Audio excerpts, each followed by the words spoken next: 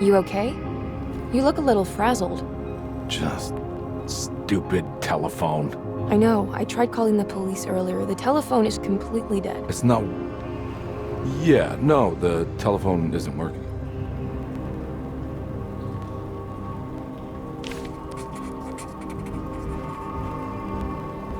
Miss Hartwood, I think you're gonna want to see this.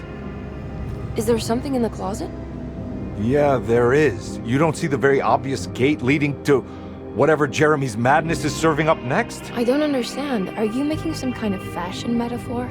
I'm sorry, I don't have time for this. Can you just tell me what you're doing? You don't see this. It's fine. It's fine.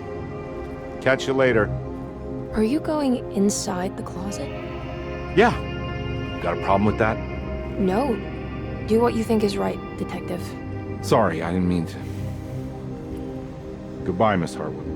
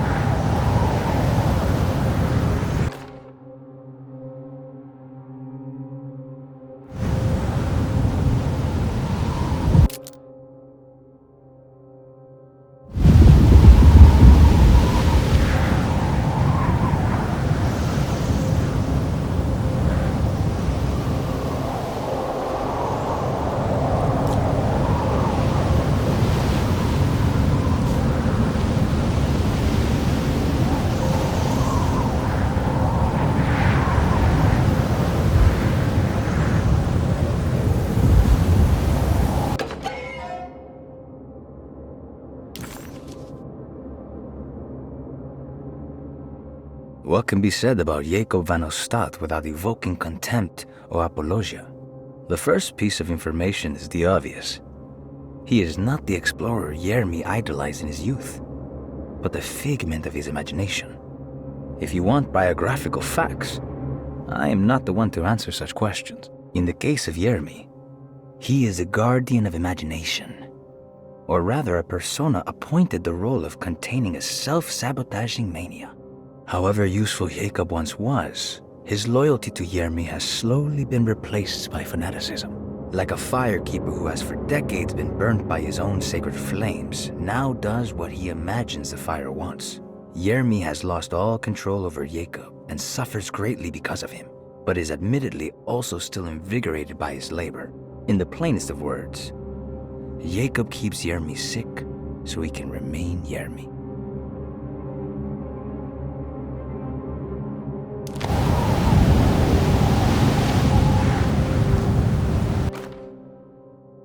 We found the ancient Stellarium perched on a cliff facing the Arctic Ocean after a day of sailing due north of the Eskimo encampment. Jacob van Ostad was our most keen member of the expedition. He had been chasing down the source of a peculiar type of crystallized metal present in several sacred items among the natives on the northeast coast of Greenland.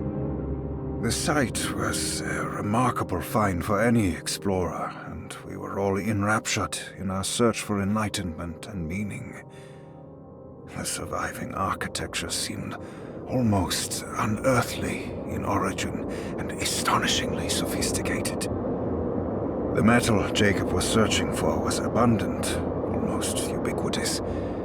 We were so taken by our find that we were surprised by the sun falling below the horizon. As we quickly picked up our gear, ready to head back to our camp, Jacob van Oostad declared that he wanted to stay. He was adamant. We begged him to reconsider. The night would be getting colder by the hour, and we feared for all our safety. Jacob refused, threatening us with violence if we wouldn't leave him alone. As the snowfall turned heavier, we left him there on his own. The next day, the weather became worse, and we had to spend hours enforcing our shelter as our tents became increasingly useless. The group had written off Jacob, thinking he must be dead. I had an urge to make one final attempt to save him, so I headed out as darkness fell with a handful of flares and headed toward the coast and up the climb towards the Stellarium. That's when I saw him, transfixed by a burning sky, that celestial lantern. Jacob keeled over and let out a painful shriek that struck me with such fear and pity. He was crying in agony, for the cold weather had ravaged his flesh. I called out to him.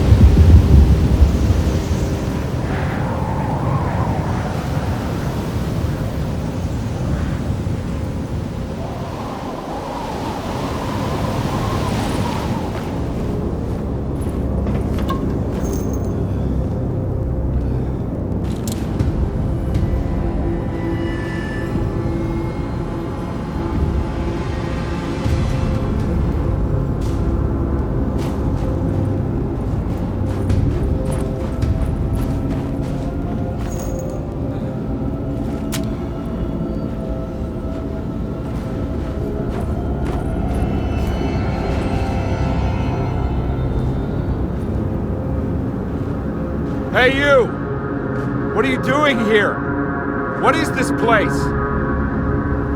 Turn back, detective. You're not wanted here. Whoa, take it easy. I'm not your enemy. Oh, you're wrong, detective. You're wrong.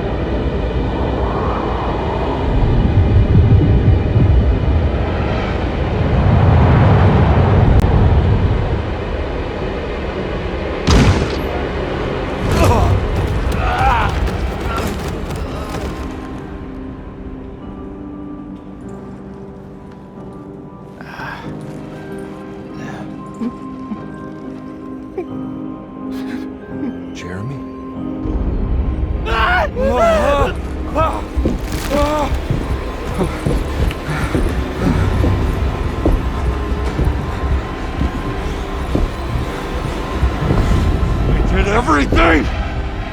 Aren't you happy? Stupid charlatan! What more do you want from me? You want me to lose my mind? Oh, my lord! Doctor! Baptiste! Quick! Jesus. What were you thinking, compadre?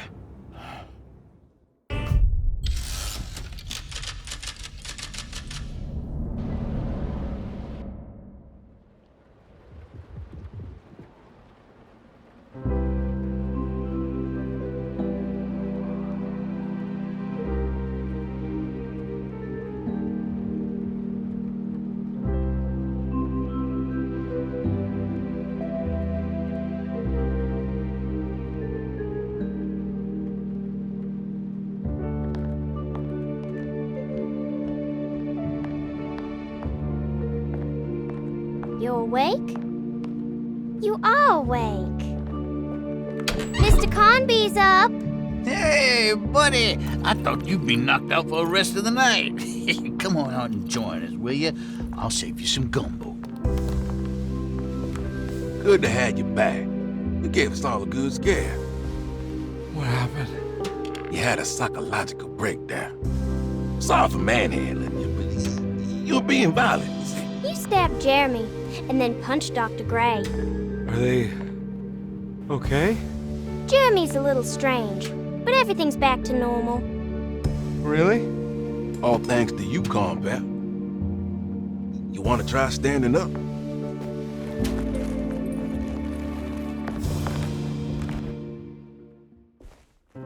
Well, if it isn't the hero of the day. How are you feeling, Detective? Never better. How about you two? Hey, Jeremy, I didn't do too much damage, did I? Things are fine. Very quiet. What's up with him? Painkillers? No. You see, despite you having the finesse of a one-eyed butcher, you managed to lobotomize dear Jeremy. I did what? It's actually quite impressive. It's not like I hadn't considered it myself. I just wish Jeremy could have been helped without reducing his personality to that of an oyster. But he's gonna live. Of course. As long as someone keeps feeding him, he'll outlive the best of us.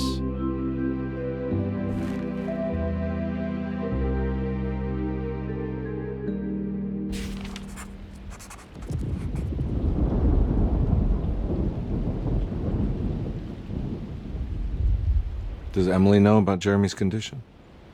Yes. She seems to be handling it quite well under the circumstances.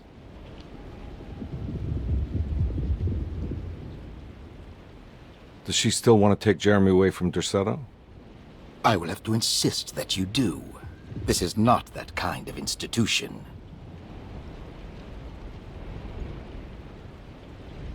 Jeremy, hang on for a little longer, okay? We'll be going back to New Orleans soon. Oh, good. I do so miss the city lights.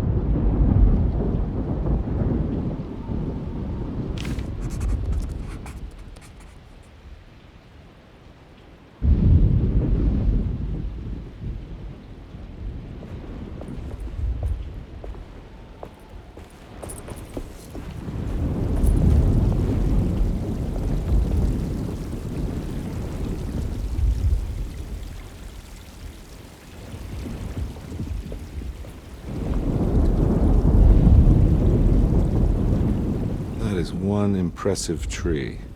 More impressive than you could ever imagine.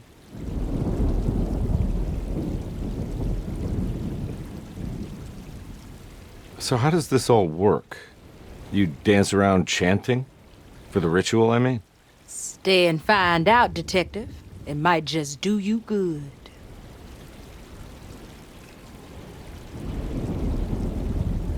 You haven't seen Emily, have you? No, Detective. I haven't.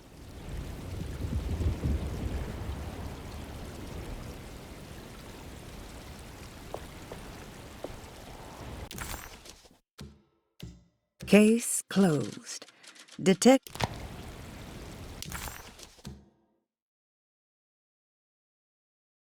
Case closed. Detective Convey had found Jeremy and brought him back to Derceto. He worried that Emily wouldn't be all that happy with his performance, considering Jeremy's impromptu brain surgery. Maybe she would refuse to pay him in full. It was the kind of thought that would normally infuriate Convey, but right now he just felt happy to be back. No matter if he would be seeing the 100...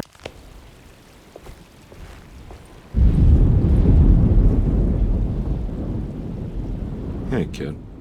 What are you up to? Preparing for the ceremony. I don't want to disappoint Mother.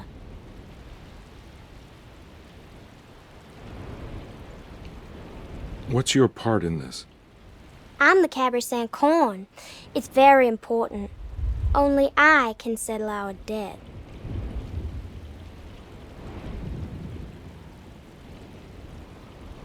You know, I had my doubts, but you are in the right place, Grace.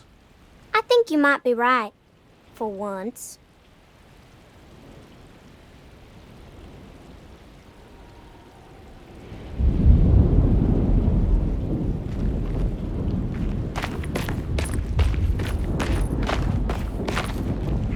What is it?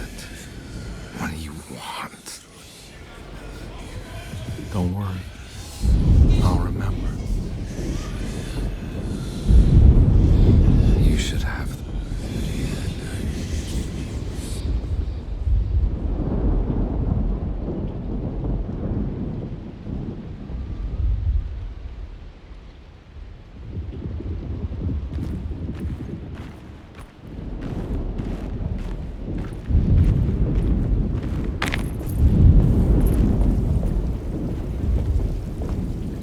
All right, tell me, what the hell's about to happen here? Every year we have a little turn-the-page ceremony by the tree. It's symbolical. It's like life has its cycles of grief and happiness. You know? Just like a tree facing the seasons. Things change, but remain the same.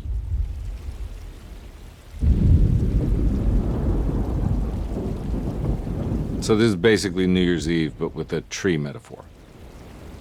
Exactly. You're so smart. It's about starting again. I mean, who could use a positive message like that more than a bunch of lunatics like us?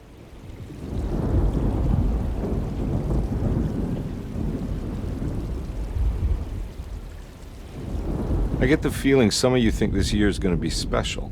Any idea why? Well, we got some new words, thanks to your buddy Jeremy, and some other changes to the program. Let's just say we're all in this year.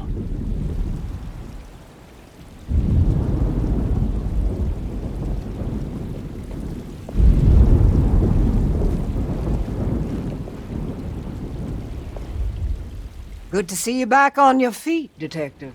Have some gumbo. Thanks. I'll save it for later.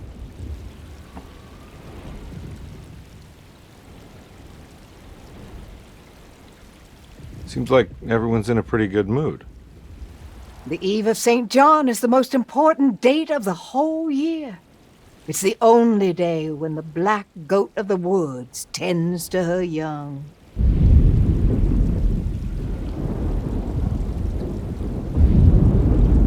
I'm gonna go look for Emily. Don't worry about her. She wouldn't leave without you, would she?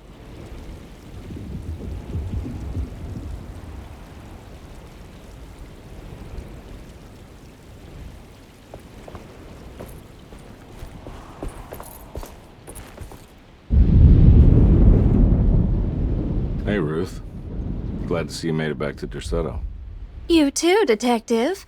Make sure to stay for the festivities. It's no Mardi Gras, but it ain't bad.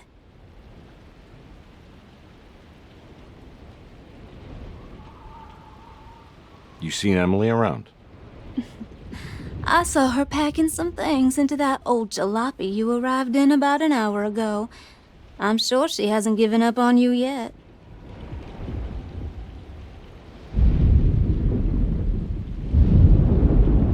Catch you later.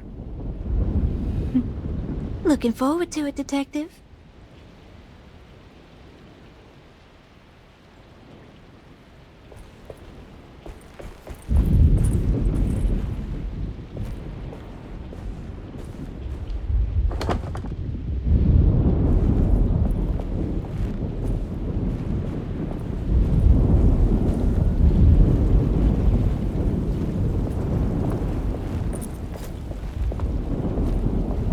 What are you looking for?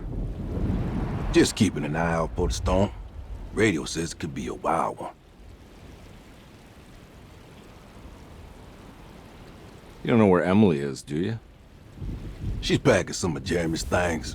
Said she wanted to take them away. I'm sure she'll come and get you when she's ready.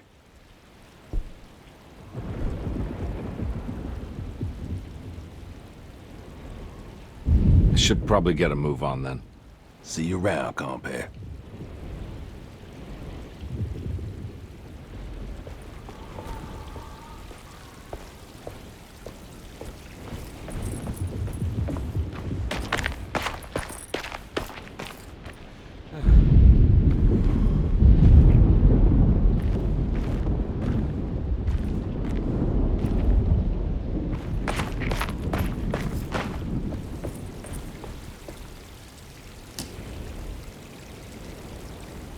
Everyone knows what to do?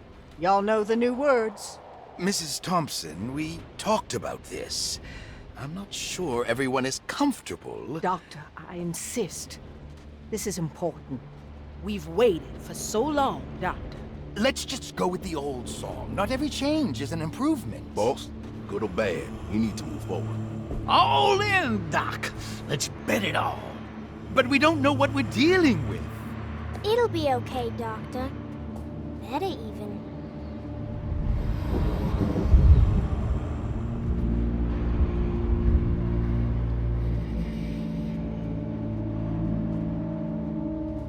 Ever there praises in abundance to the black goat of the woods. Hear us, brother. Take pity on us. Take pity on us. Ever Hear there us, praises Mother, and praises abundance and to the abundance. black Black goat take of the pity woods. on us. Hear us, Mother, and take pity on us. Take pity on us. Ever this praise and abundance to the black goat of the woods. Hear us, Mother, and take pity on us.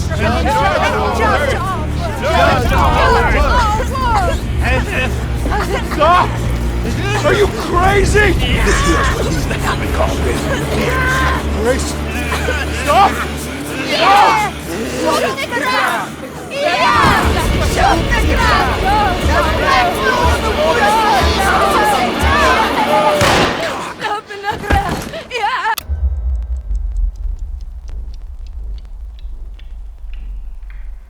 Detective, get my uncle out of here!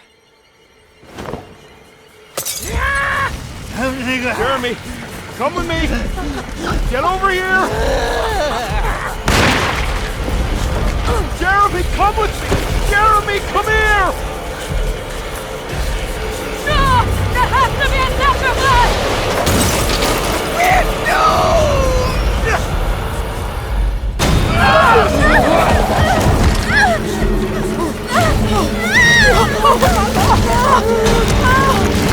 Jeremy! Come on.